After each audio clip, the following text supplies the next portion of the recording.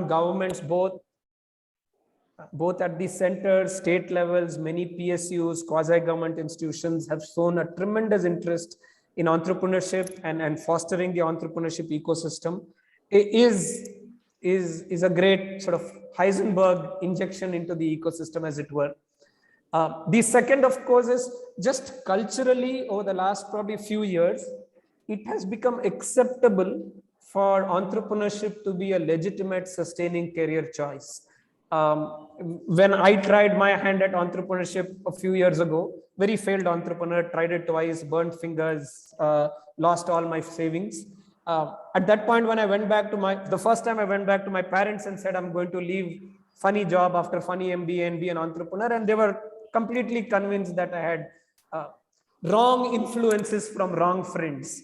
And because you've done whatever degrees and therefore you're supposed to be in interesting corporate jobs and you're supposed to move up the ladder and buy bigger cars. And now I'm saying I'm going to leave everything, not have a salary for a few years, and who knows, create something interesting. So my parents were convinced I had fallen into wrong company. The second time I tried entrepreneurship, I had to go to my father-in-law and say, I will support the family, but I'm going to be an entrepreneur for a few years and let's see if I can make two ends meet. And my father-in-law is a very humble person. My mother-in-law was far more vociferous in saying, what is wrong with you? Don't you have a family to support? You have at that point, a very young daughter. She's 2 years old and you've got to be far more responsible. Today, it is far more socially acceptable to consider entrepreneurship as a legitimate career choice. And that probably comes because we've created a few icons, not just, Infosys and Narayan Murthy and his own team many years ago, but even subsequently since then, we've created icons that have legitimized the idea that you can set up individual businesses. You don't have to come from a large corporate house. You can set up individual businesses and be successful in creating jobs, employment, and a career for yourself, which is respectable. I think that pivot has been very valuable for us over the last few years. And that's where we find ourselves today. The entrepreneurial ecosystem is highly mature today.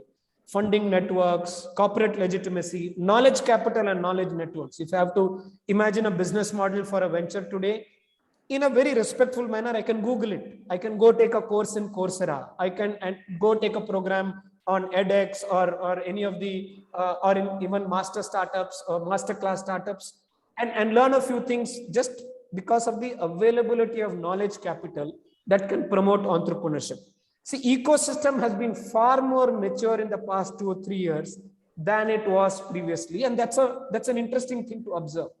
The other dimension to observe is by default today, entrepreneurs think and imagine from a technology enabled perspective, right? Which means they imagine that technology is encapsulating either the intellectual property or the patent or the core proposition of the venture, or technology is being used to create a business model.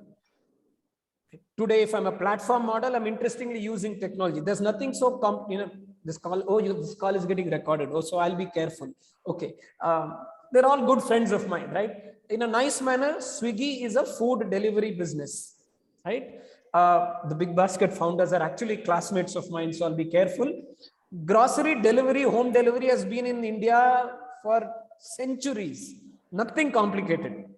You just gave a technology cover to it and encapsulated a new business model, right? So you've taken a otherwise traditional vanilla business of home delivery of groceries. We've always had that. Call the local Kirana, he'll come and give you Lifebuoy soap. We've had this for years, right? You pivoted that by encapsulating it in something called tech. You created a mobile app, you created a website, you created networks, partners. You encapsulated it in a software technology infrastructure flavor. Therefore, you're creating a business model around a technology veneer. The former is where you've got core IP, core intellectual property in a nice manner like the Google search engine, which is easy for us to understand. There is a core IP that is then encapsulated in technology. And today, most entrepreneurs think from this lens. Whether you're a for-profit or you're a not-for-profit or a social enterprise, and in NSR cell, we'll work a lot with the social enterprise space as well. Entrepreneurs naturally think from the technology lens, even if they don't come from a tech background. We see a whole set of entrepreneurs who come from the fine arts, humanities, pure science background, wanting to become entrepreneurs, but imagining it from a tech lens. And that is something fascinating about entrepreneurship that is again evolving over the past 2-3 years. And I believe that is a wave that will continue for us and hold good in our stead over the next few years. I'll do a quick snapshot of NSR Cell, just sort of legitimizing the platform that has been given to me, and I hope I do justice to it. All mess ups and goof ups are mine. All credit accrues to NSR Cell. We are IIM Bangalore's Entrepreneurship Center, Incubation Center, and Startup Hub. Founded through an initial grant from Mr. N.S. Raghavan, one of the 7 founders of Infosys 20 years ago, almost 20 years ago, 2 decades ago. N.S. Raghavan is still involved with NSR Cell as our patron saint, as I keep calling him. So our initial grant to set up this building that I'm sitting in was from Mr. N.S. Raghavan. And then the N.S. Raghavan Center for Entrepreneurial Learning took shape. As an academic business incubator, one of our sort of reasons for existence is to bring together the ecosystem to foster entrepreneurship, which means academia, because we happen to be in a management institution, bring in industry partners, bring in corporates, and bring in entrepreneurs to create the right kind of knowledge and both soft and hard infrastructure platform that can allow a person or an aspirant, as I call them, to consider entrepreneurship as a legitimate career, and then have a safe sandbox to iterate on their own thinking, their mindsets, their business models, their core teams, their propositions, their partners, their intellectual property. Find a safe sandbox to iterate and then be ready to go out in the market and see if they can make a meaningful difference to their product markets. So this catalyzing ecosystem is our mission. Enabling that is working closely with IIM Bangalore faculty and with faculty across the globe and many other institutions in India to start contributing back to the body of knowledge in the area of entrepreneurship through research that is enabled from NSR Cell. So a lot of our ventures also lend their time and of course their data to allow researchers, faculty to create case studies, to create frameworks. Many books have been written based on NSR Cell's own venture trajectories and NSR Cell's own history to help body of knowledge in the Indian entrepreneurial ecosystem to further foster its progress. Quick sense of what we do, and I'll not spend too much time here.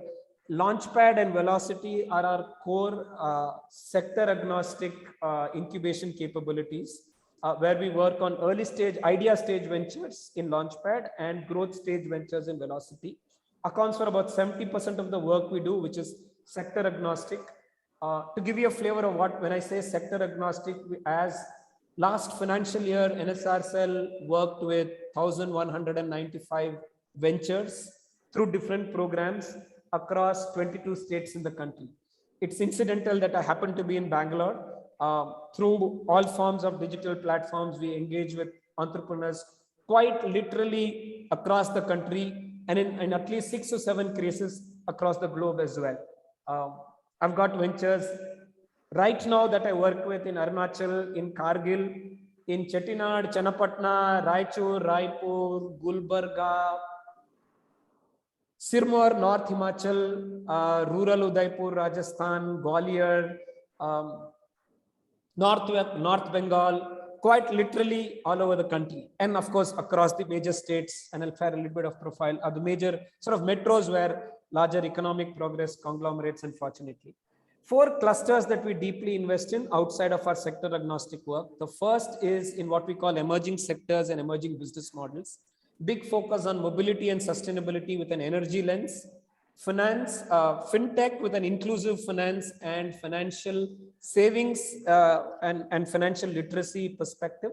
A lot of work in the healthcare space, affordable awareness of healthcare and prevalence of healthcare to digital tech. And a lot of work in the youth economy, digital models that work on capitalize on the demographic dividend of the country. So first cluster on emerging business sectors. The second is the gender lens to entrepreneurship. We do a lot of work on fostering women entrepreneurship. The third is student entrepreneurship, trying to work with engineering colleges in the country, identify innovation that could get commercialized. And the last is in social impact space, where we work on both for-profit and not-for-profit business models, which are sector agnostic, and three specific clusters that we're trying to go deeply in: rural entrepreneurship, circular economy, which contributes also to our work in sustainability and the broader SDG focus of the United Nations. And the last that we will probably launch maybe by end of this year, we're starting to do some initial work there, is an assistive tech for disability. So that's the kind of work we do. And that's the germ of the, when I said 12 unique entrepreneurship tracks that we work on within NSR Cell. One of the things you will notice here is we disproportionately work in ecosystem clusters where we believe the ecosystem of entrepreneurship is still nascent. Think circular economy, think energy and sustainability, women entrepreneurship, disabilities. The entrepreneurial ecosystem is not yet well evolved. The funding networks are still nascent. The corporate and knowledge networks are still evolving. The business models have not yet reached mainstream legitimacy. These are areas where we believe NSR Cell can play a leadership role, play that long haul game as an academic incubator, as part of a business school, and just working in the sector through a long period of time, looking at it from multiple dimensions, and then maybe creating a safe sandbox that sometime might take off on the sector. And then once the sector itself sort of creates its own independent momentum, like many other entrepreneurship sectors today in the country today, we might have done their job and we could probably exit and look at the next opportunity for ourselves. So that's what we do as a program architecture. Little bit of chest thumping, do pardon me. We take great pride in some of the work. It's reflected glory. We are like the moon. We'll come here at 10, 10, 15. Yeah. And we will go from here. Yeah. The idea is that we gain legitimacy because of the accomplishment of our ventures. Last financial year, our ventures raised close to 200 crores in institutional investment.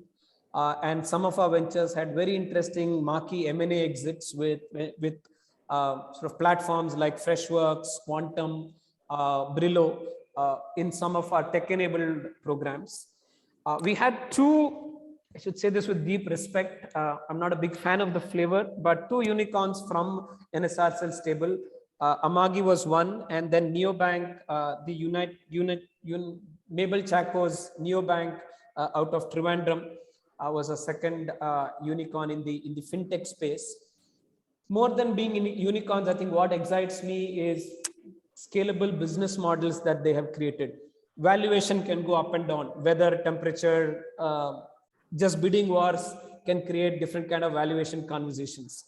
But being able to create scalable, sustainable businesses, I think, is where we take great pride in. We've had some interesting ventures in the social space and the not-for-profit spaces. Many of our ventures got recognized by Niti Aayog. They just did their women transformation as part of 75 years of India, I think 3 months ago. And 7 of our ventures got showcased by the Prime Ministers as women leaders creating change in India. Similarly, we've got ventures which have been recognized by the UN Forum for Sustainable Change and Innovation, as well as the US Fed this was in the healthcare space. So creating scalable business models that are globally relevant, that was recognized by the US Fed. We've also got recognized by the ET Awards, some of our ventures. So reflected glory, we are like the moon, the sun shines with our ventures and we bask in the reflected glory. And it gives us some legitimacy to the kind of incubation work we do. With that, I'm going to stop my sales pitch and talk to you a little bit about what I want to cover with you today. I'll probably spend only 20 minutes and then we can have a conversation. I'll give a little bit of an overview to the entrepreneurship ecosystem in India, the way I see it. Also, our experience as NSR Cell working with entrepreneurs. What does being an entrepreneur really mean? And how far away it is from what gets painted in page 3 in our newspapers. And I do want to touch a bit on that. And I have some perspective to how leadership coaching could help the kind of entrepreneurs we work with. And I'm taking a very humble stab at it, but we could have a conversation around it. And I would love to provoke some thoughts in your mind. Sense of numbers, and I spoke about this a little bit earlier. As we sit today, in the past 7 years, DPIIT, which is Department of Promotion for Industry and Technology in the country, has recognized 61,400 entrepreneurs, ventures who have got formally registered with DPIIT, of which 14,000 were incorporated and registered by DPIIT just in the last calendar year. This is 21, 21, 22, the last calendar year. That puts India at the third largest entrepreneurship ecosystem in the world after the US and China. And that is something to be said, especially given larger ecosystem clusters in the world, right? If I take US itself is probably 3 clusters, there's a Bay Area cluster, there's a Boston cluster, and the South Midwest cluster. So you could imagine US itself as 3 separate clusters. And then there is the China, which is more the coastal culture, the coast entrepreneurship area. But imagine entrepreneurship clusters, especially in the Benelux and French ecosystem, right? Imagine entrepreneurship clusters in Central and South UK, the entire Israel, Middle East entrepreneurship ecosystem, Japan, Hong Kong as a large, and of course, Singapore as a large Asia, Southeast Asia entrepreneurship ecosystem. All of that taken together, we still rank third. And that's something to be said, just sheer energy of entrepreneurship that has evolved in the past 2 or 3 years. 6.5 lakh jobs directly created by ventures which have been DPIIT registered. DPIIT registered is like a dipstick, right? Imagine it probably covers, just from a sampling perspective, maybe 50-60% of entrepreneurs in the country. So it gives a direct employment that many entrepreneurs create. And if I had to extrapolate it, the thumb rule is 1 in 7. And some of you who come from a sort of management consulting background might know this.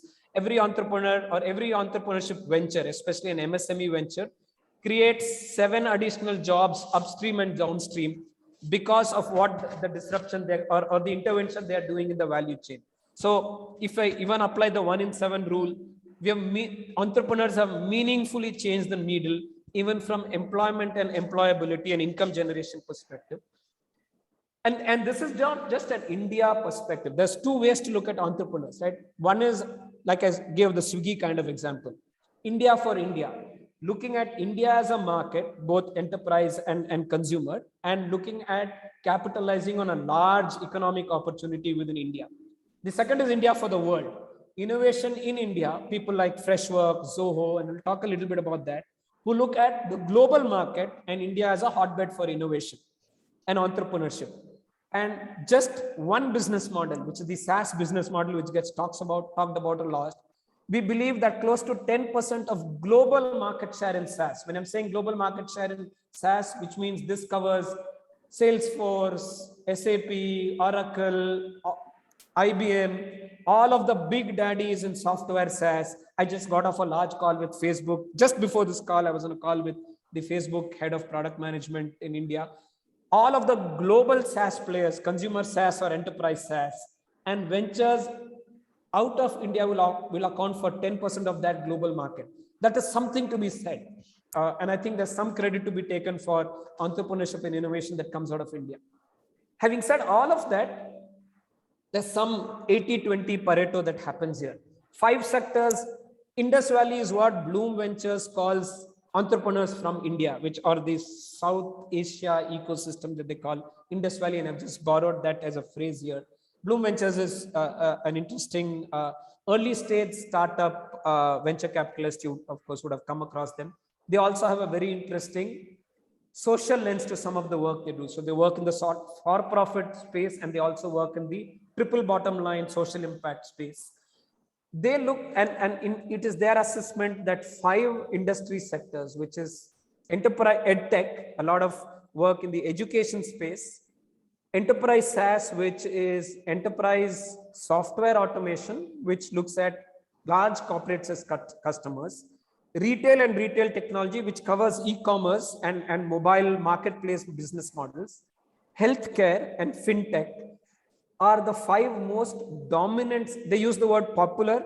I'd like to believe dominant, which sort of speaks a little bit more to cluster evolution, more dominant entrepreneurial energy in the country. So these 5 sectoral clusters probably account for 65-70% of all of the entrepreneurial energy that has happened in the past 3 or 4 years, and probably 6 dominant business models which are embedded within these 5 clusters. Enterprise, which is selling software licenses, SaaS as a subscription, usage-based business models. Subscription, which is pay-per-use models for, which is terminal pay-per-use model. Transactional, which is also related to marketplace business. Marketplace business models are more buyer-seller ecosystems like e-commerce marketplaces, while transactions are direct-to-consumer business models. So 6 dominant business models across these 5 clusters where a larger part of entrepreneurial energy has gravitated. It's important to recognize this also from when we talk of the leadership mindset and coaching lens. Many of these sectors and business models are relatively emerging clusters. These are not necessarily business models that have evolved from a more traditional manufacturing or services entrepreneurship base or industry base taken together, which probably was true until even 10 years ago in the country. Strong manufacturing, strong services-led entrepreneurship and business ecosystems. In the last 5 to 7 years, newer business sectors and relatively emergent business models like transaction-based payment, usage-based and marketplace ecosystems, platform business models are relatively newer business models, which means the leadership talent which sits on top of these business models is still very nascent. There are limited benchmarks to fall back upon. There are very few Porter frameworks here that managers and leaders could fall back upon. So even leadership and organizational business models are evolving because of this change in the ecosystem shift. And there's something for us to keep in mind. There's a lot of noise on funding, and this is a little, in my opinion, unfortunate. And in a nice manner, I think, especially in the last year and a half, there's more liquidity that has been chasing more liquidity and lesser brilliant innovative ideas. So a lot of excess liquidity has been chasing entrepreneurs to just find places to invest in, and that's not necessarily a good place for an industry to be while it scales and while it matures. Having said all of that, as we speak today is, I think this was as of April of 2022, there are 665 active registered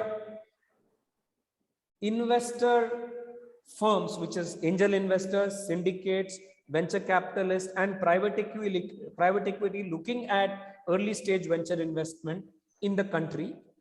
For whatever it is worth, 102 unicorns recognized as having over $1 billion in valuation as of May of this year. Last year, $35 billion of venture investment flowed into the sector. This also speaks to, from a macroeconomic perspective, the opportunity for gross value added. So what is the potential for GDP contribution if some of these invested ventures scale? The order of magnitude of $35 billion into X gives some theoretical measure of potential gross value added that could happen 5 to 7 years down the line, which is sort of the classical 3 to 7 years is where a venture looks at exit for some kind of meaningful financial return. Interestingly, in the last 3 months, which is Jan, Feb, March, about $8 billion have been invested in over 300 investable firms, early and mid-stage firms, which is very early idea stage, and post-seed stage, which is when the product or the business has some market traction and viability and has early customer traction and is now looking for funding to scale. So across both seed stage and which is what we call Series A, early scale-up stage, over 300 ventures have been invested in the past 3 years. So some sense of trend. Having said that, also we are the 4th largest FDI flow for global ventures supporting entrepreneurs in India. So the FDI inflow is also some indication of an economic bellwether of the country, given the sort of global environment that we find ourselves in, post-pandemic, global sort of petrol shock, oil shock, other geopolitical tensions happening in various geographies in the world, inflation across multiple geographies, that have been never been seen before. Given all of the global economic tailwinds, headwinds that have been experienced in multiple geographies, for us to be the fourth largest FDI inflow is something to be recognized. Having said that, I'll say a little bit about funding, and we need to talk about this in about 10-15 minutes. The deal flow is slowing down. The quantum of deal flow is slowing down. The stage of investment in deals is changing. A lot of late stage ventures which have bet on rapid hyper growth to reach profitability are relooking their financial models and therefore relooking their own P&L, their working capital, their cash flows, and trying to optimize if profitability is going to get stretched out, if revenue acquisition and market share acquisition is going to come far later than earlier bets.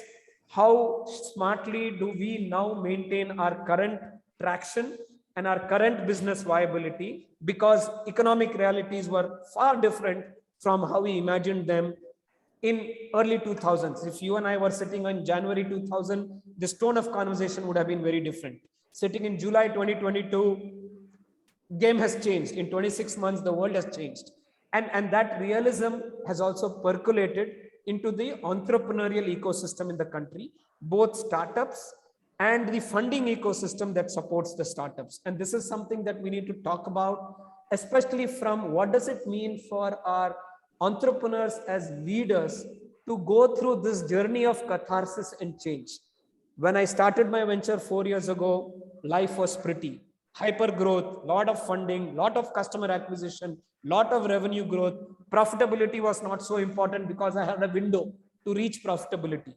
Today, just 3 years later, that game is not there anymore. My game has changed, right? I used to play cricket, now to play football. I'm searching for the stadium and the wicket. There is no wicket, there's a goal post, right?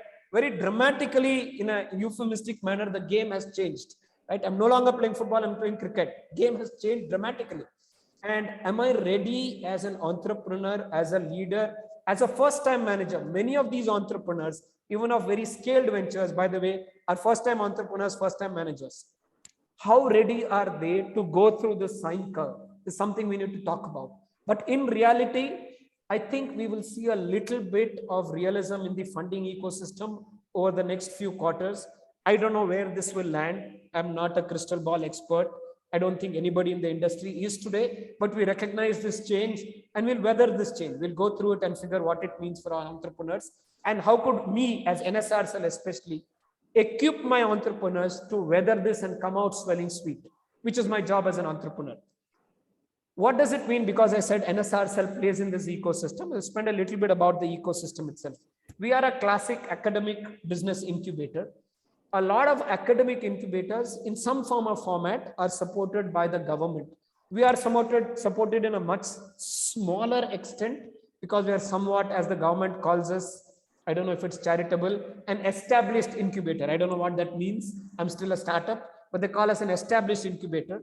So they spend a lot of energy with tier 2 institutions, tier 2 colleges in setting up incubation capability with them, supported by the Niti Aayog, Department of Science and Technology, Ministry of Electronics and IT, BIRAC, Ministry of Biotech. So a lot of these central and state governments actively support creating an incubator ecosystem. And that's a good one. The second dimension is there are a whole set of independent, not-for-profit incubators.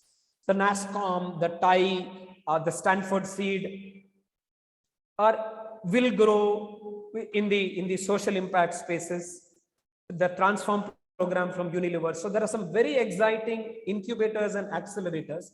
I use the word a little loosely. Accelerators tends to be short intervention for scale. Incubation tends to be longer intervention for sustainability. But these are jargonish terms, so I'll use them a little interchangeably. They don't mean much in the context of our conversations.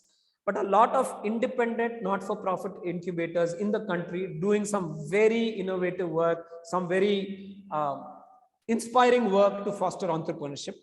Then there is an entire dimension of for-profit incubators, which is incubation with an explicit objective that while I incubate, there is a stake model and there is a revenue model embedded in it. I'm going to take stake in the venture, and at some point of time, I'll sell that stake and make money. So it's a classic for-profit incubation model. Typical for-profit incubation models tend to look at waves that they will capitalize on. Suresh, give me a minute and I'll pick the question.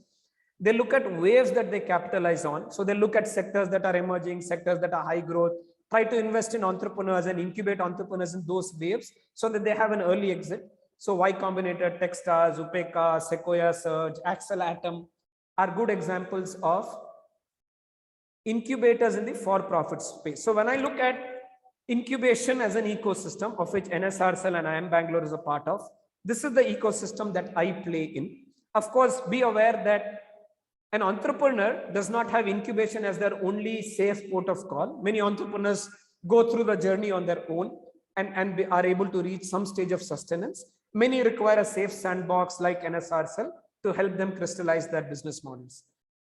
It's a good segue for me to stop because I'm going through a different agenda in the next 5-10 minutes. I could take a few questions or park it for later. Suresh, you did have a Ganesh, comment. We will not break the flow right now. I think better you finish through and then we'll. Okay, then Suresh, Puneet, you'll have to excuse me for maybe 10 minutes more. I tend to talk a lot, chabar. I'll try to cut it in the next 10-15 minutes and I'll pick your questions immediately. Apologies, do bear with me. I'm going to flip gears a little bit and talk about myths, because in my mind, I want to unpack a few of our learnings at NSR Cell and what it means in fostering leadership mindsets in entrepreneurs. And this is very unfortunately because of the page 3 popular press that happens in the country. You celebrate the young, brash, nice manner, urban elites. I'm also urban elite. So I'm saying with deep respect. I'm also young. I'm not brash, I hope, but I'm young. I'm an urban elite, right? So I'm humble about this.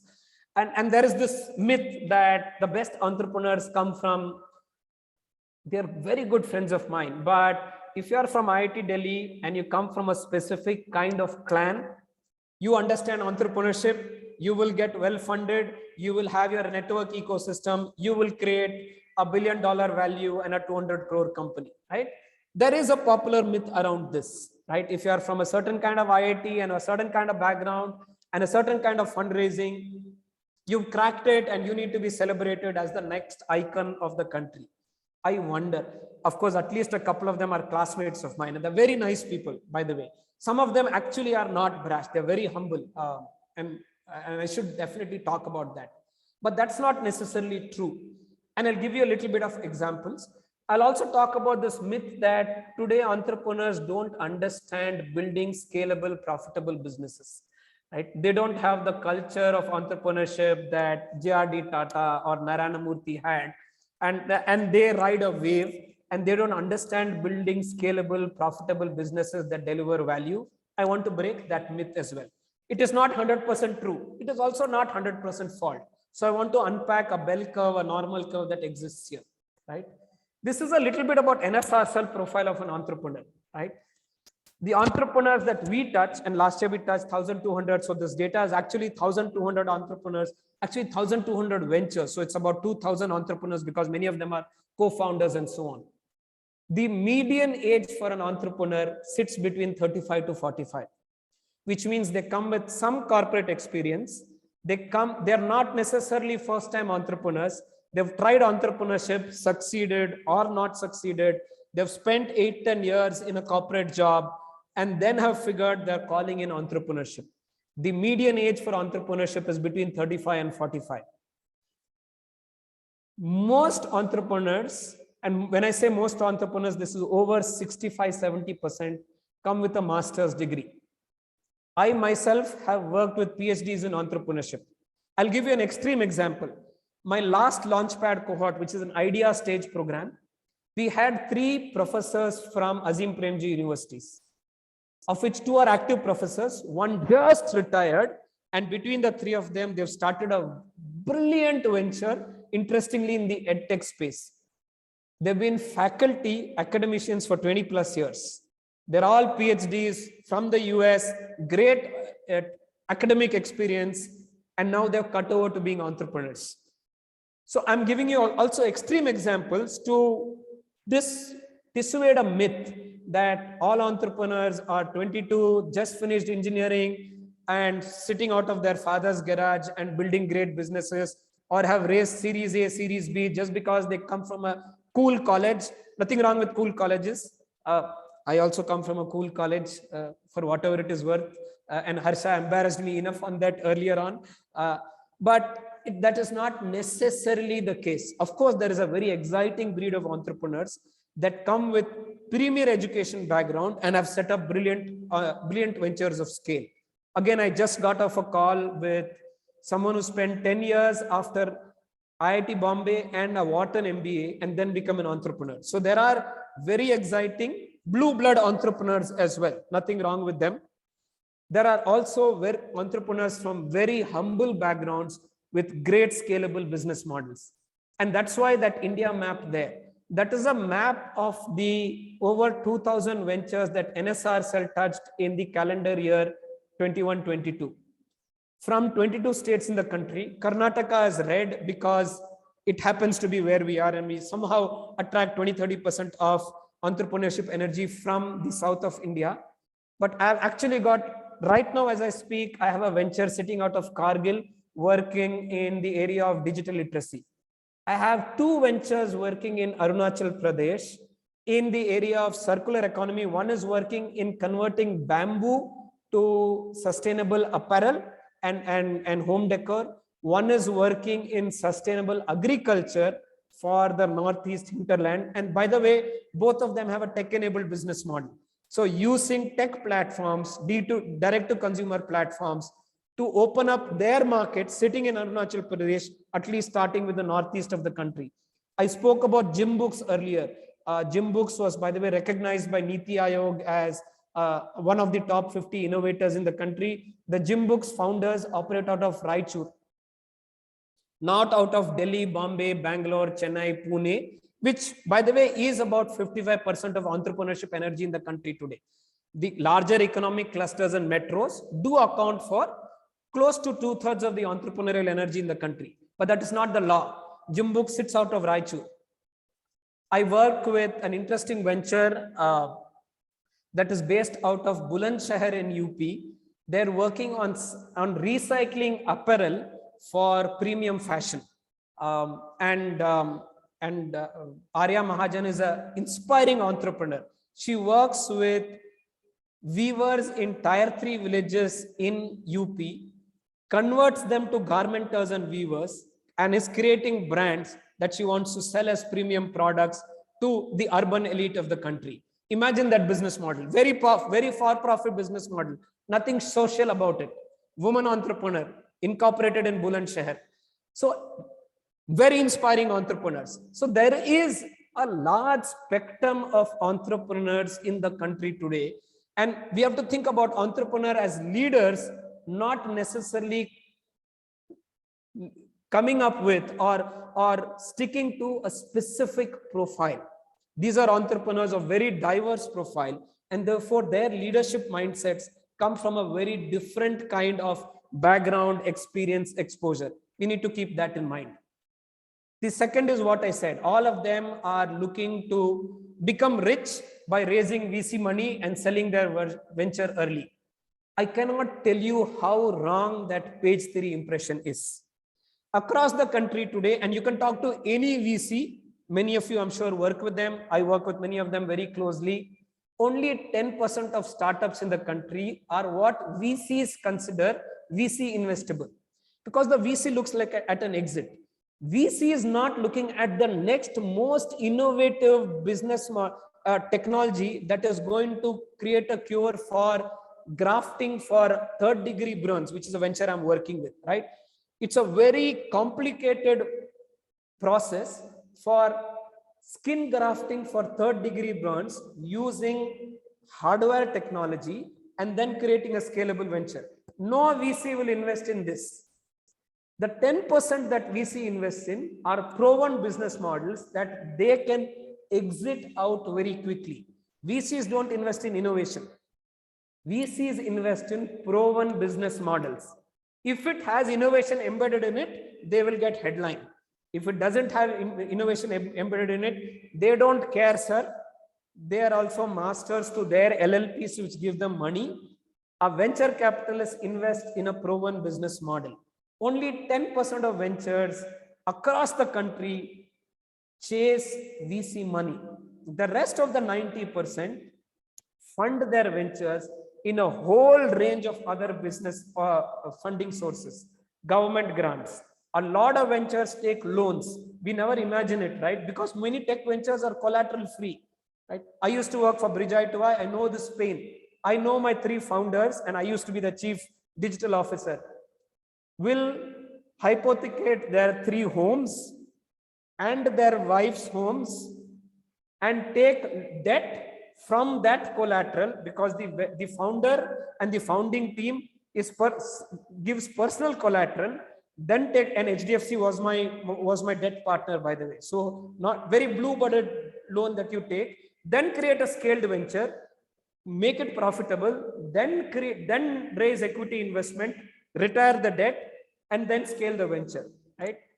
No one, and this was a deep tech AI ML embedded company that I worked with. We didn't change VC money because it wasn't the kind of money that VCs would have funded. Very long lead time innovation in AI that we were working on. A lot of government schemes that I spoke about. Many corporates work in the innovation space today.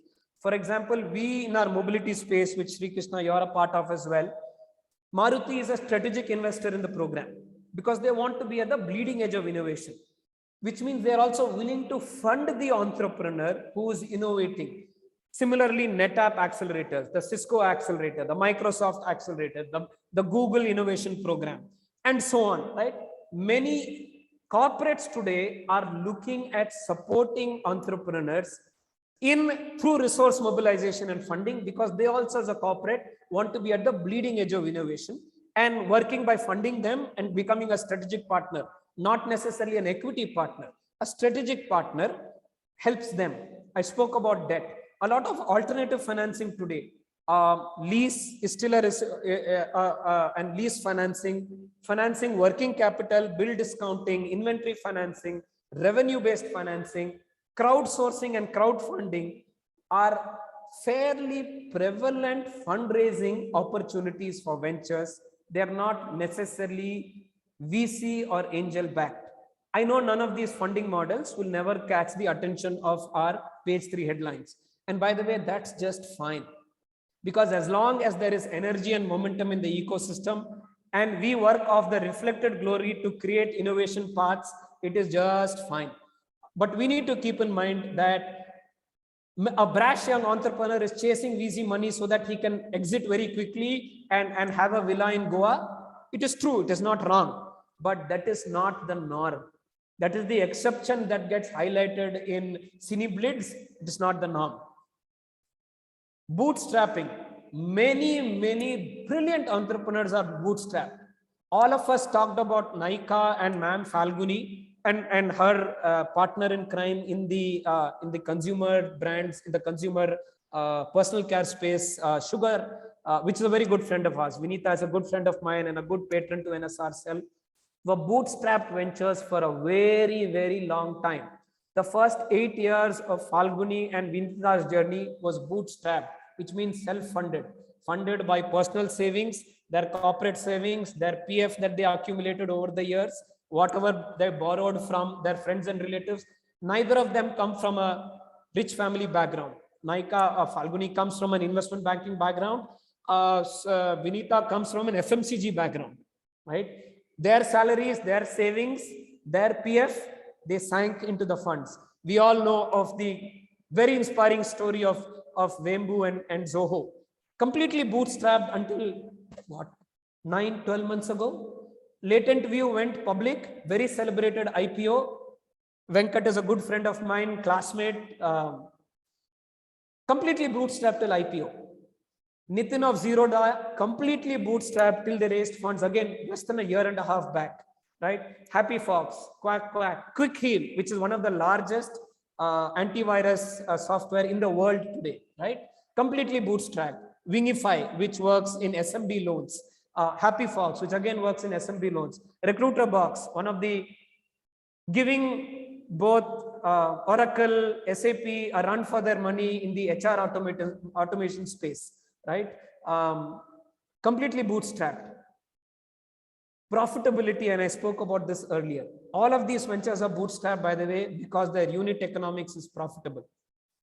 You can't be bootstrapped if your unit economics is negative, which means your gross margin, at least your variable gross margin, has to be positive. And then you figure other debt instruments to fund capex or growth investments, right? Your unit economics is positive, else you can't be bootstrapped. 23 of the 102 unicorns I spoke about today are profitable ventures, which means PAT profitable. I spoke about gross margin profits. Here are PAT profitable ventures. Some of them are good friends. Amagi is incubated in NSR Cell. I spoke about humble entrepreneurs, and I'll take a digression. Bhaskar was here because we were meeting a couple of MPs who wanted to talk about entrepreneurship 2 nights ago, and he joined us for dinner. He came in a shirt, in a trouser which was not ironed, in a t-shirt that probably you and I would buy in Brand Factory or Max, not a Louis Vuitton, Gucci at all. He wore sandals, which I think he bought at Bata. He had a Jolna pie, you know Jolna pie, right? That thing that, let me say, socialist journalists often wear. So he wore a cloth bag in which he had kept his laptop, and he's a billionaire. He runs $1 billion. He runs a unicorn. What is, and that's his humility. And he sat face to face, had curd rice for dinner, and talked about entrepreneurship and his journey. Digression, Bhaskar is a very inspiring guy. Some of them are really inspiring people, and that's why I want to share real life stories, right? People that I work with day in and day out. All profitable ventures. Amagi is, by the way, a deep tech venture, very deep tech. I'll give you a flavor of their business. They are a content dissemination platform for a lot of the OTT and satellite platforms globally, which means their customers are Amazon Video, Netflix, Comcast, NBC. They are the customers. So if you and I are catching a Netflix movie tonight, it's probably getting streamed out of the Amagi platform, right? So it's a very deep, large data volume, ML enabled technology platform. Global scale. They incorporated in Bangalore and in the Bay Area. And their dev center is a walking distance from where I sit at NSR Cell, right? That's the kind of venture they have built at global scale. And why is he a unicorn? Not because he's got brilliant valuation, which of course he has. What gives me pride? $250 million of completely profitable deep tech venture. $250 million is about 1,700 crores. So it's about a 2,000 crore venture. In Indian context, still a small mid cap, right? $1 billion in valuation, completely profitable. That's the flavor of the entrepreneur we are talking about. So I want to give you that flavor of what's the DNA here of the kind of leadership. We imagine all of our ventures to be software models, right? These are software models, easy to acquire, easy to sell off, easy to get M&A. So I want to declutter that myth. Some of them are in public domain. You know Aether, right? Aether was incubated at IIT Madras. In a small manner, I contributed, very, very small manner, I contributed to them. So gives me great pride. They sell a scooter. Whom are they competing with? Hero, Bajaj, Honda, right? But they're a deep tech venture. And they started when EV as a technology was still R&D in the country, right? Bolt, which is a recharge infrastructure. Trashcon, which works on solid waste management. So all of you are in Bangalore. When BBMP sends their large truck and their robo to clean these solid sewage waste which might got stuck outside your gated community, that non-manual scavenging robo remote tech was designed by Trashcon. Trashcon supplies many of the municipal corporation wards in the major metros in the country. Fool, you know Fool, incorporated interestingly in IIT Kanpur. They use Kanpur, by the way, interestingly, Lucknow, Varanasi, the Ganga belt. You know the story if you do. They use salvage flowers from Ganga to make perfume and fragrance products, and they sell globally. Not a software venture. Defense and space tech has really taken off. You guys have heard of Agni-Cool and a few of the others who are doing some very interesting work there in the space and defense tech. Lot of work in the agri and agri-tech space. Ninja Cart, we imagine it as a software company. The real work is working with farmers in grassroots and sourcing farm to fork through a tech platform. Right? A lot of healthcare space, Arogya AI, which works interestingly in the area of rare TB detection through AI. Blink Foundation, which is we mentor Arogya AI. Blink, which works in using voice enablement and mobile as a platform to teach dyslexic children to communicate. Social, you probably know Step, the education startup funded by Nandan, a completely not-for-profit venture. The teacher training platform of the government of India, which is called the Diksha platform, is based on the Step technology infrastructure, fully not-for-profit tech, but imagine the different business model. So these are not software consumer products. These are not Swiggy and Zomato. They are very different, very exciting business models, and therefore very different kind of leadership mindset that needs to work with and enable these kinds of ventures. We talked of business acumen, and I'll stop in 2 minutes. I've got one more slide.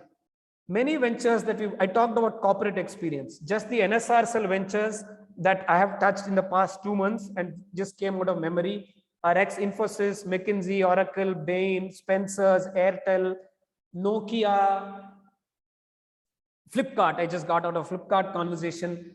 All of them are fairly experienced corporate, I don't want to say veterans, but have led businesses, led categories, led business lines at scale in corporate and then cut over to being an entrepreneur.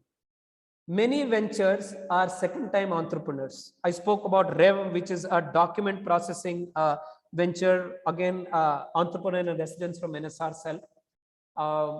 Now working in the large-scale, sort of large document processing for insurance and banking space and legal processing, is a second-time entrepreneur. So they've had entrepreneurial experience, successful and not so successful, and then moved on to become an entrepreneur, right? The areas like, and some of them are hotbeds of entrepreneurship. Zoho, Freshworks came out of Zoho. They are, because they foster the entrepreneurship culture. So they keep calling it startup within a startup. So if you are a manager and at some point of time you're restless and you want to become an entrepreneur, companies like this open up there. It used to be in Motorola earlier, right? 10% of your time in a week should be spent on innovation.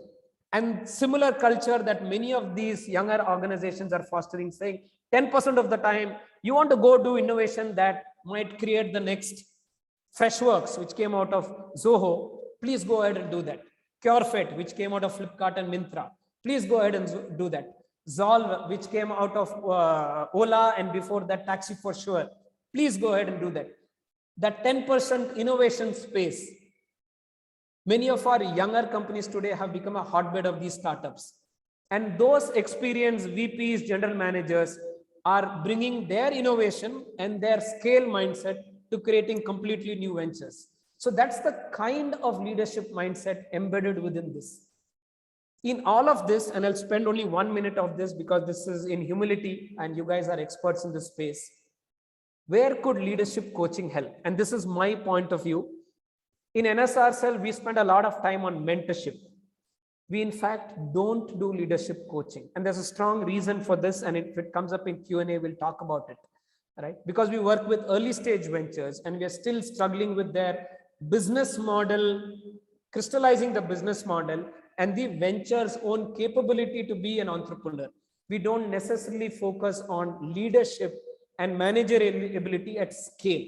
So we don't do leadership and coaching. We do a lot of mentoring and we understand the gaps on why we don't do it and what it means by leaving that on the table. Having said that, what does it mean for the kind of entrepreneurs from a coaching perspective? I put this in 3 broad buckets in my mind when I was sort of playing with this Sunday night over a glass of whiskey.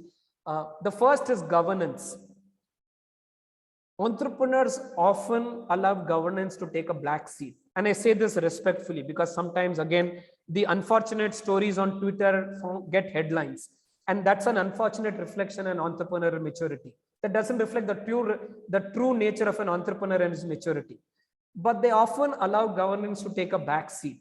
Right? What does governance mean? From legal compliance, from people management, from regulatory, from being adherent to the regulatory environment of the world, for also being socially responsible as a corporate, for also creating a public face that, and because you're an entrepreneur reason, in so many ways you're a role model. So what does that place on you as a burden from governance? A lot of this from a governance mindset is a little deficient in early stage entrepreneurs. You won't find them having strong boards. You won't find them having strong advisory panels. We do a lot of work in NSR Cell to overcome that mindset, but it's a tough battle to fight because early stage entrepreneurs are fighting with different problems. So if you go and tell them, go, hey man, go create a board and create a strong board culture and create quarterly corporate governance, saying, I understand its importance, but yeah, right now I'm fighting. I don't even have time to sleep. I've not seen my daughter in 2 months. And you're telling me governance? I'm not so sure.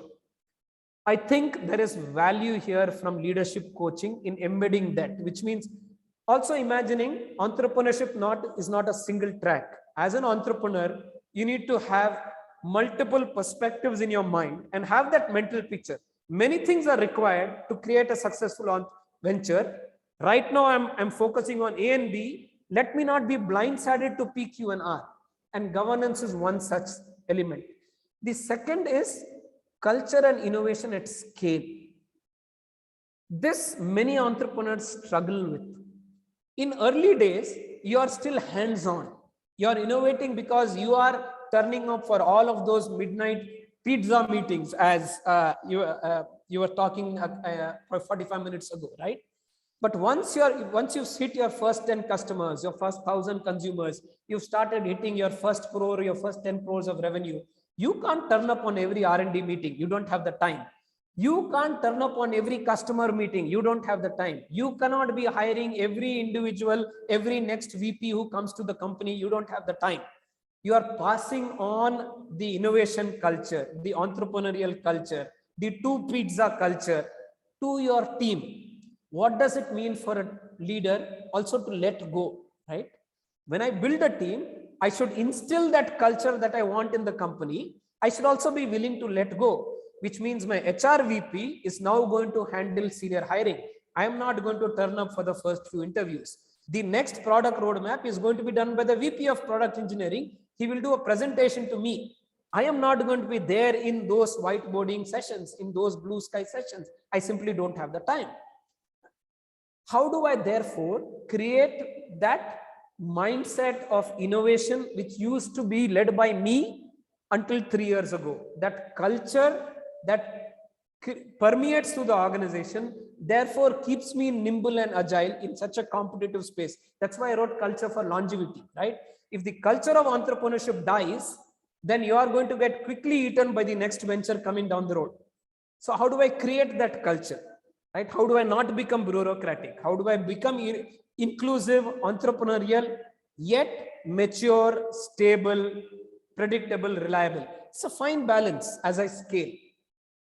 The third dimension was taught to us through the COVID years. Most entrepreneurs didn't understand what the hell hit all of us during the pandemic, right? And these are real challenges. We've had founders who've come to us and said, my head of engineering came and said he's had a tragedy in the family. He has to go back to his hometown and he's not going to be around for the next 1 month. By the way, I don't even know how he's going to go home because we're all under lockdown. So somehow he's going to catch a bus and go home and he's going to be with his family for the next 1 month. He's calling me for help. How do I deal with this?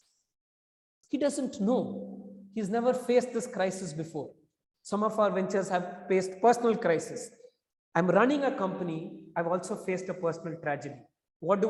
Do I take a break from my company? Do I pause the organization? Do I send my team on leave for 1 month till I grapple with my personal challenges? What do? I don't know.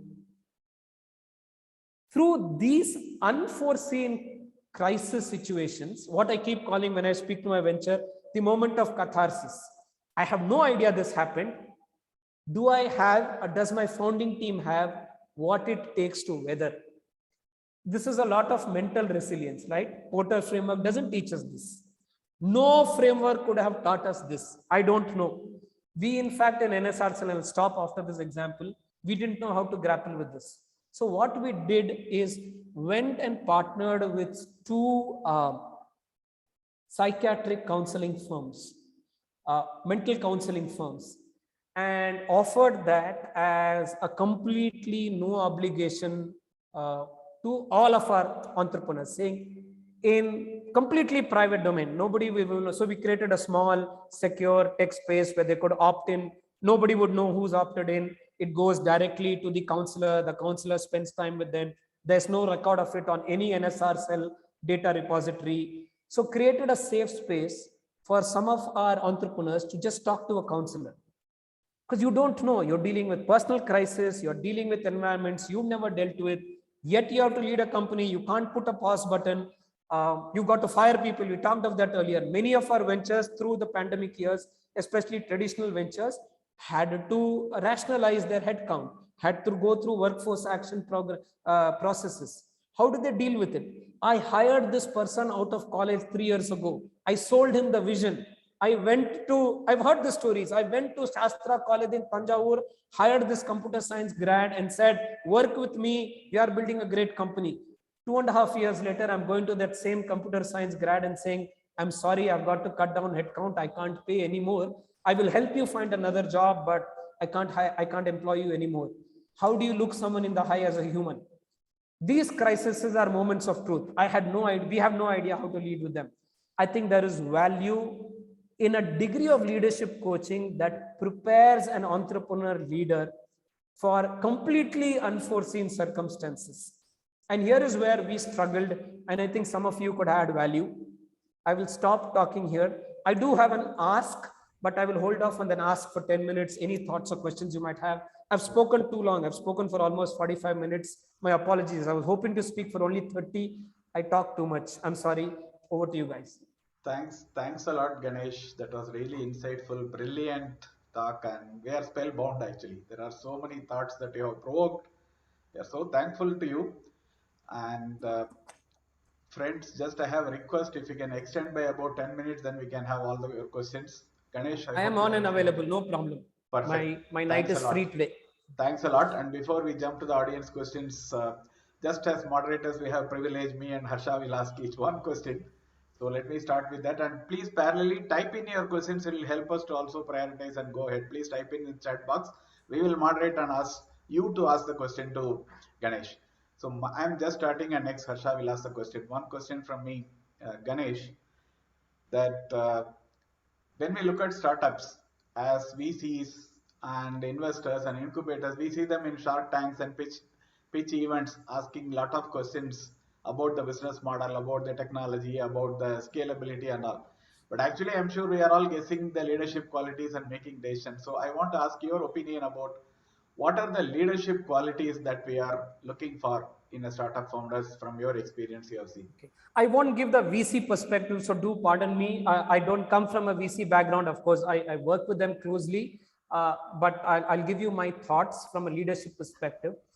I think there are a couple of traits, maybe 3 or 4 traits that are critical from a leadership mindset for an entrepreneur. The first is, and I say this very bluntly with all the ventures I speak with, absolute tenacity, right? And here is where there's a fine line between tenacity and oversized ego, right? The willingness to go on fighting with the problem, right? I will face a setback. I will get pushed back. I will not raise funds. The customer will not buy my product. My competitor will overtake me. My PO will not get sanctioned. I will not get payment. Right? That tenacity to keep on fighting. It's almost a sportsman spirit. Keep on fighting. I'm 2 goals down. I'm going to fight.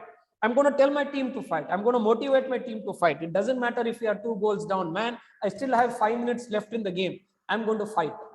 That tenacity is probably the first quality. The tenacity translates into your own mental models, right? Tenacity, which is my personal behavioral makeup, tenacity that I transfer to my team, because I cannot be Prithviraj Chauhan and land up in every battle on my own. Some battles my team has to fight. I have to translate my tenacity, my fighting spirit to my team. That's the first. The second is the willingness to unlearn, relearn. The learnability quotient is a little critical one. And we face this. Any entrepreneur goes through pivots. It is very theoretical to imagine that the first idea is the last idea. Linear trajectory in entrepreneurship doesn't work. It's the sine curve.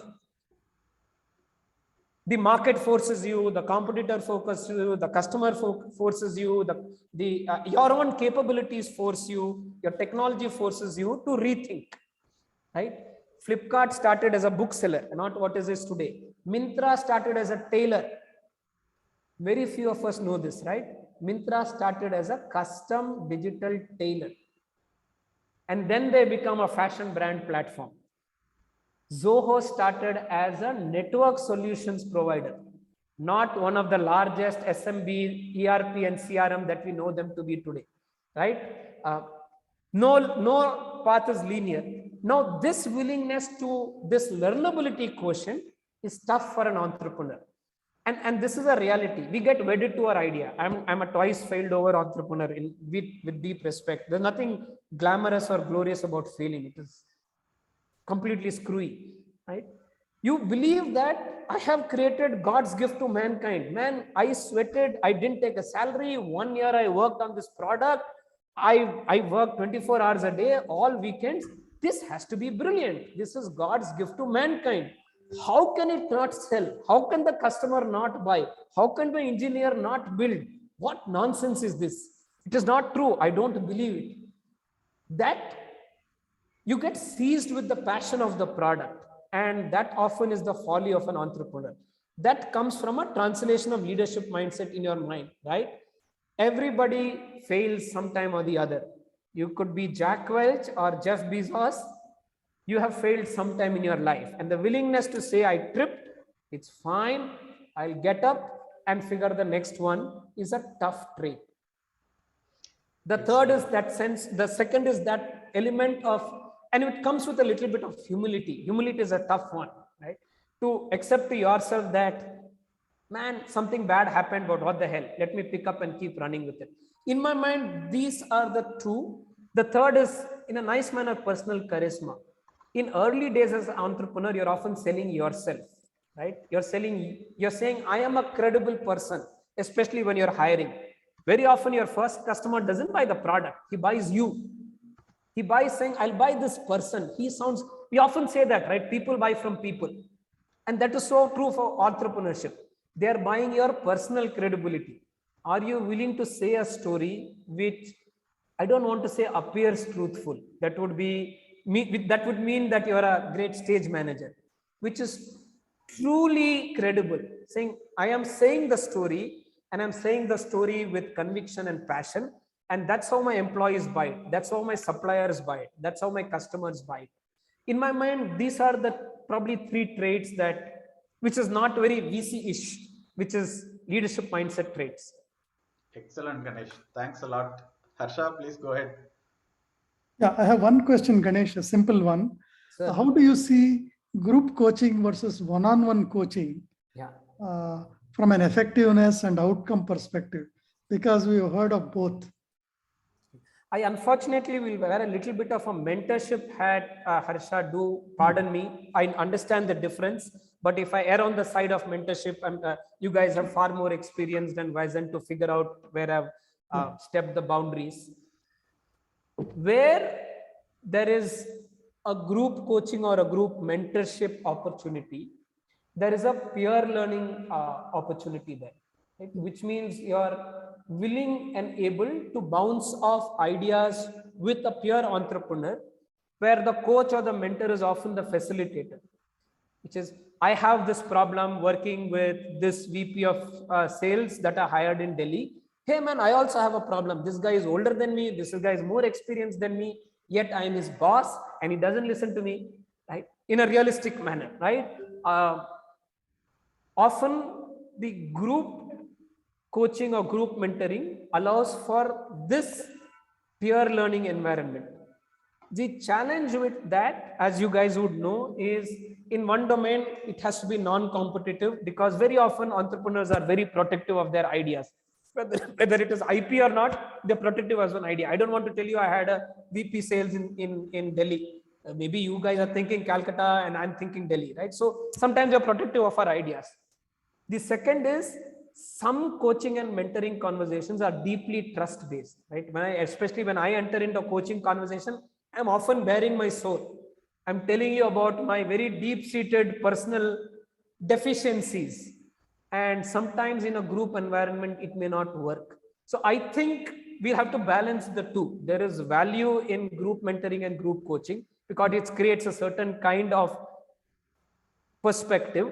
There is huge value in one-on-one coaching and mentoring, and I don't think we can negate that in any form. Thanks. Thanks, Ganesh. Thanks a lot. Can I ask Suresh Srinivasan, CFI? Please go ahead with your question.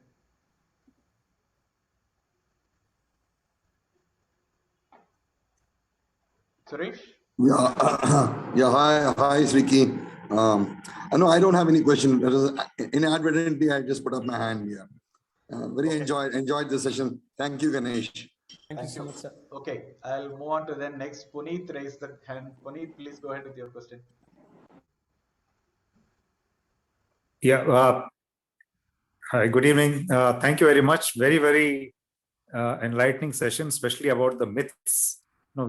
I carried a lot of myths, and thankful to you for breaking a lot of these. My question might be a bit political, since EdTech has been one of the the heroes of the last 2-3 years, but of late we are hearing that they're kind of falling apart on several fronts, especially on the governance front.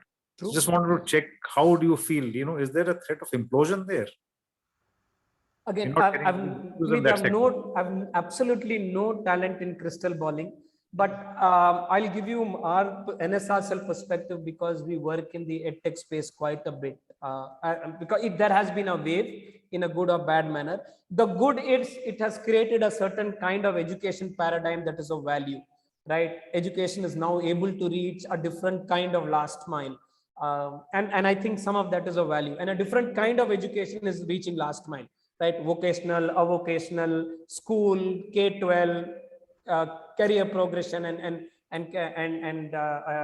expert training. So there has been a proliferation of digital education. Those are good things that have happened for the broader education sector, right? I think you have rightly said, but there have been a couple of blips.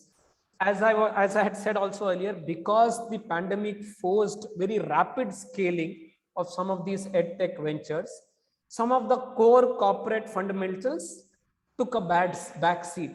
And I don't want to bandy the entrepreneurs in any manner. Again, some of them are great patrons of NSRCL, and I have a lot of respect for what they're trying to build. And at heart, I know they are deeply truthful to what they're trying to do. But the nature of the pace of the venture trajectory, as with all things, you can juggle only so many eggs. A few things have taken a backseat. Those few things that have taken a backseat have had their impact. It has its impact on employees, right? I scale so fast, I've not yet been able to put people practices into place. I've scaled so fast that I've not created clean customer contracts.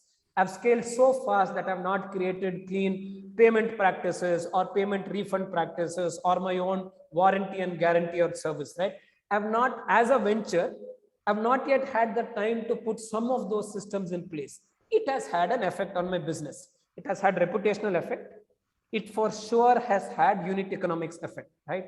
When you scale on the basis of core infrastructure platforms, right? Your core systems, processes is what you are scaling on. And if you've not invested in them, then the unit economics starts to pinch you because you're completely scaling on the basis of variable cost, variable revenue, right? You're not amortizing on any soft or hard infrastructure. So your unit economics takes a hit.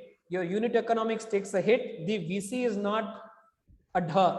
He is also reading your balance sheet every 3 months, 6 months. He's seeing your cash flow. He's quickly figured out where you are falling short. It has an impact on valuation.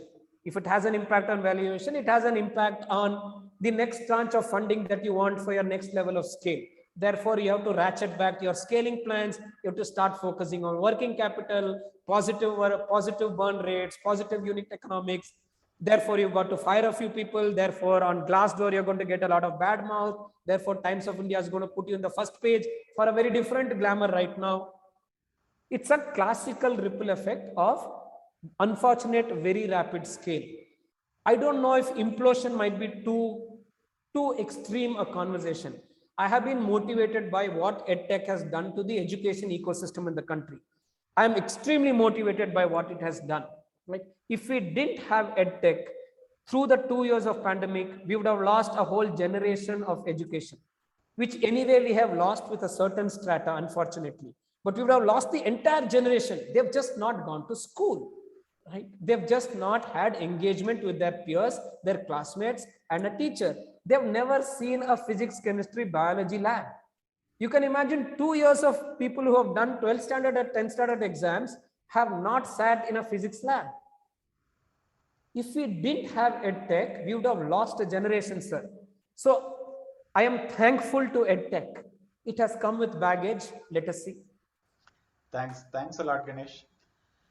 Srini, please go ahead with your question. Only one right now. We'll see if there is a possibility. Well, then I'll ask the most pertinent one. In some of the startups where I'm sort of an advisor to the CEO, I see conflicts between the co-founders. Yeah, because when they start up, the sheer power of the idea and the urge and the passion to do something big brings them together. But as they start scaling up and there are division of roles and responsibility, and finally, somebody has to take the call and decision. You can't run a company by consensus always. Then it translates to conflict. And therefore, there has to be a difference between ownership and management. As much as all the three may be co-owners, 33% equity sharing, but in the decision making, there is only one boss, which is the CEO. Is there a role for a coach in managing these conflicts and steering the organization towards its vision and goals? 100%, sir. I'll also share a little bit of personal experience here. There's a very, very strong role for a coach here. We should expect founder conflicts. It is the nature of the game. You are absolutely correct that role delineation or lack of delineation of role and responsibility is one surefire source of conflict. The second is just creative tension, right? Two creative people came together with an idea. Over time, of course, our creative juices flow in logically slightly different directions, and that creative tension will create conflict.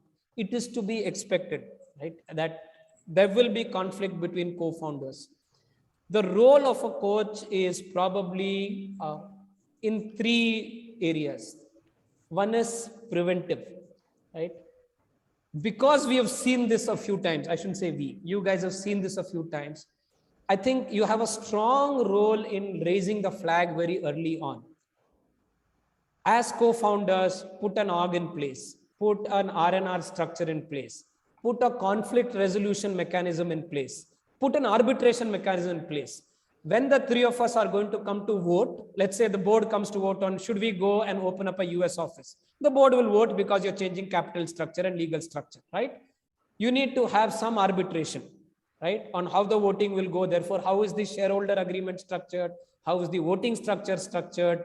Who takes the final call? You should be willing to cede. Within the three founders, if you are CEO and I am VP sales, and if I have a particular sales strategy, we should debate it. At some point, you should be willing to cede. I am VP sales. It is my job and my risk, right? And which means if I have a sales strategy, you should be willing to cede the space to me, right? Which means the roles and responsibilities are cleanly delineated.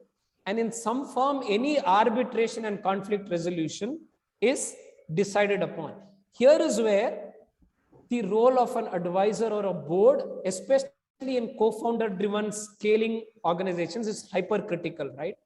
And in this, the role of the board here and or the advisory board here and the role of the coach probably is in some form of an equal dimension, which is after the fact, what do you do to do damage control? And in my humble opinion, sir, the coach should be willing to give them one tight slap, which is get them to figure that their passion as entrepreneurs was to create scalable ventures. The Saas Bahu that has happened in the middle has in some form changed their mental framework. The tight slap has to recheck their framework and say, we need to work together, otherwise this journey is not going anywhere, right? So that tight slap comes from the advisors or the board of advisors or from the coach, which is after the fact. So it's not preventive in nature. It is during or after the journey where you're telling them, we've been through this, we are going through a tough time. You didn't hire me as an arbitrator. You hired me as a coach. But you know what, you idiots, you better get your act together. Now go back in history and set all this right. Otherwise, your venture is going to fail. And I think that responsibility for coach is a tough responsibility because you're going beyond the domain of being a leadership coach. You are slightly extending your boundaries to say, this is required for the venture, not necessarily for your success as a leader, but for the success of the venture. So you're stretching your own boundaries as a leadership coach. And I think it is called for. You said 3 hints. The first one was preventive. Preventive, the recommending an advisory board, which is somewhere in the middle, right? So you coach governance practices, right? As a co-founding team, it's very important to create this safe, you said it correctly. You might be 33 1/3 equal shareholders. That does not necessarily mean your RNR is the same. And your advisory is that safe cushion for you to create that org structure, right? Where do the boundaries lie? Where does the CEO cede space to the CFO who's the co-founder? Where does the CFO cede space to the product or CTO who's also the co-founder, right? And where do you take responsibility? If the CTO takes responsibility, he should be willing to get the neck chopped as well. I am going to run this product roadmap for the next 6 months. We are all equal shareholders. I'm telling it before our board of governors. If I fail, I will go back to the earlier product version, which you guys are recommending. But as CTO, I want you to back me up and take this risk. That is arbitration and that is mutual trust. That is the middle, which is in flight. How do you create governance? The third is after the fact. What do you do to make sure the ship doesn't crash? Which is that one tight slap. Thank you. I have done that wherever I have been a formal advisor to mentors. I've seen this in at least 2 cases. This call is getting recorded. In these conversations, you should be willing to do MCBC. It's when that tight slap works, in my experience. And sometimes I'm very brutal on this, just personally, because in some of these domains, I have some prior knowledge, good or ugly, saying, you idiots, if you don't get your act together, the venture will close. Now you figure, you want to hold on to your ego positions or willing to work with me for the next 1 hour, we'll draw an org structure. Thanks, that is the tight slap. Ganesh. That was really excellent and direct, incisive answer. Shekhar. I think Shekhar had a question as well. From Shekhar before closing, I think. Thanks a lot. Shekhar, go ahead. Yeah, Ganesh, this is something linked to what Srini asked and what you just explained. See, one of the constraints in the austere promoter-driven organization, that startups, was the reluctance of him providing professional freedom to the functional heads, whether it is finance, HR, sales, marketing, and all. So, based on your experience, how is it positively changing with the new startups? I think there is a mix. I think that's a good one. The concept of a family-owned business in many entrepreneurs still exists, especially with bootstrapped ventures. A lot of their early funders are also parents, uncles, neighbors, brothers, and you want to keep that control close together for at least a reasonable period of time. So that inherent conflict between an entrepreneur bringing in a professional mindset for scale, but yet having a family-owned business mindset for control and coordination, that dichotomy exists in a few new age entrepreneurs as well, not to be unexpected, sir. It exists. Some entrepreneurs are comfortable bringing in professional managers very quickly.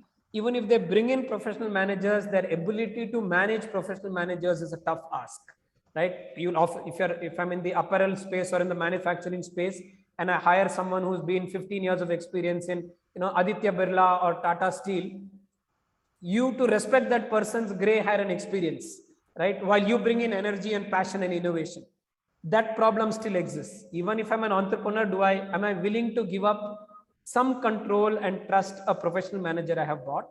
If I have a family business mindset, then how do I bring in professional managers? Otherwise, I'm not going to scale. I am going to turn up on every sales call, and that is not sustainable.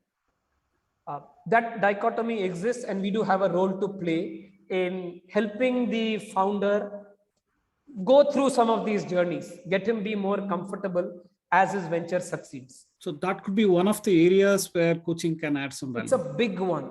The family business mindset and overcoming a family business mindset and working with professional managers as you scale is a very, very big one. Thanks a lot, Ganesh. One last question. I think we'll close the question with Rajagopal and afterwards. Yeah.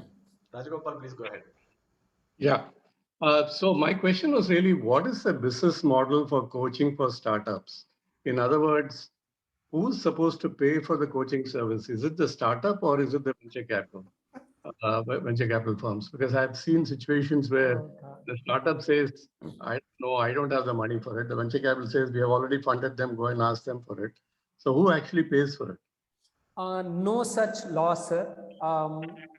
All three exist.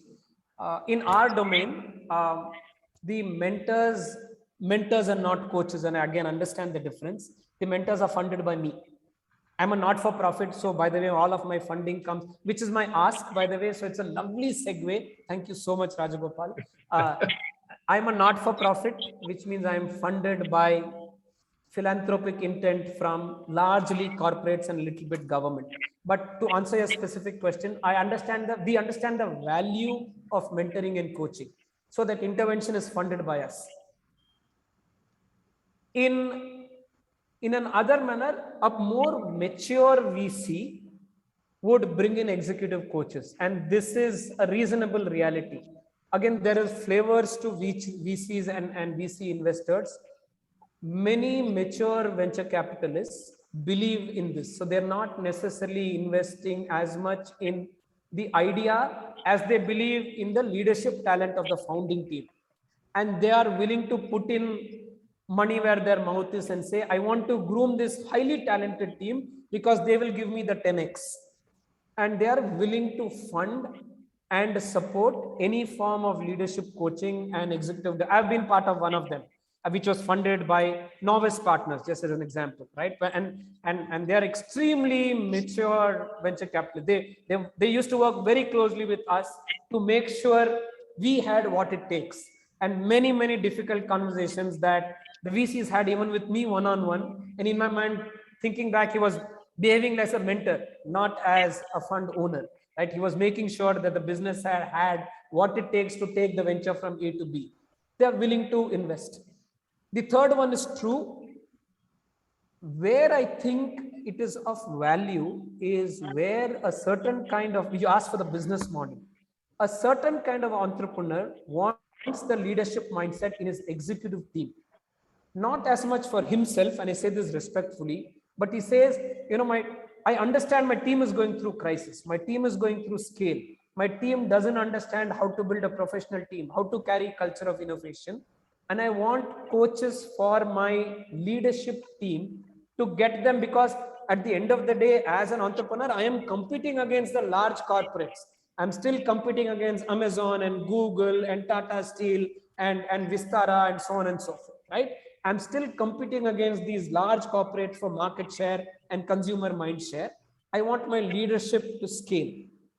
I think there is a very strong revenue model that exists where the founder is willing to invest. I don't know as much in himself, that's a tougher ask, but in his leadership team. I hope I'm helping. In a listed company, in a normal company, you would have the NRC, the board NRC, Absolutely. would Board appoint NRC. Yeah. the CEO, CFO, and the top team, Yeah. including the key management personnel. But in a sort of a startup, they are already pre-appointed and coming from a very sort of small incubated stage. And that is where the role of the board has to come, saying that now this venture is now going to scale, and hence there is a need for the coach. And in that case, the company, the startup pays for it. I think the story holds water for sure. I think there's a strong story there. Thanks a lot. Thank you. Thank you. Ganesh. I do have an ask, sir. Then yes, very much. Please go give me ahead. 30, 45 now. seconds. Please go ahead. I am selling, so pardon me, but I'm selling very shamelessly. NSR Cell is a not-for-profit. We are a completely self-funded not-for-profit, which means all of my balance sheet, my operating expenses, about 20% comes from a little bit of government grants. The Niti Aayog, Department of Science and Technology fund about 15-20% of my OPEX. All of the rest of it comes from corporate partners. And of course, a little bit from foundations and philanthropists. Mr. N.S. Raghavan himself founded our early years. And we do work with a couple of foundations, Acumen and the Microsoft and Dell Foundation, for about 10-15% of my funding requirements. All of the rest of it comes from the work we do with corporates, corporate CSR, and corporate strategic and innovation funds. When you guys are working with senior business leaders and entrepreneur leaders, I humbly request you, please take the NSR Cell message across. If you think any of them are passionate about entrepreneurship, would like to foster entrepreneurship culture in the country, would like to work with a not-for-profit, safe incubator like NSR Cell in any form, they can fund me, they can look at strategic partnership, they can open up their companies as sandbox for some of our entrepreneurs. They could serve as ecosystem partners, technology partners. In any form, if you believe the founders, CEOs, corporate leaders that you work with could partner with NSR Cell, do please carry my message in a very respectful manner. Please be my ambassadors. And if any of your clients would like to partner with us, I would absolutely love to work with you. Sure, Ganesh. Surely, Definitely, we will carry forward that message. Thanks a lot. And I hand over to Krishna, please. Can we get your email as well, Ganesh? I will just put it down in chat, anand.ganesh@imb.ac.in. We'll circulate, Srini, not a problem. In the hub, we'll have it. Thanks a lot. Krishna, could you please go ahead in the finals? You're muted.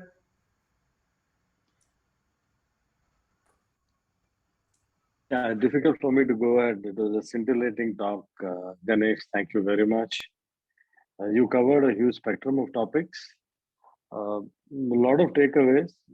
For me personally, what stood out was the India map that you showed, which shows that entrepreneurship is spread across the length and breadth of the country. And when I contrast it to my growing up years, when you had the government giving allowances for setting up industries in backward areas and all kinds of tax exemptions and investment allowance reserve rebate and all kinds of stuff. A country which is beset with poor infrastructure, I think to see this entrepreneurship taking seed across the country is really, really heartwarming. So that was something that made me feel very nice. Of course, a lot of other things that made me feel nice. So thank you very much. Thank you for agreeing to participate, spending time with us and understanding a little bit about CFI, what coaches do. So a big thanks for taking time, preparing, spending the evening. So it's not just these last 90 minutes or so that you have spent. It's been a lot of work that has gone behind. Please also convey our thanks to all our friends in NSR Cell who have helped you put this PPT together. I think there is a round of applause from our side. Thanks also to CFI and Sangeeta in particular, Suresh, for helping us, the Bangalore chapter, with the organization, the flyer, the Zoom link, etc. So that this event would not have been successful. And thanks for all the fellow coaches for participating. Before I conclude, I have one question.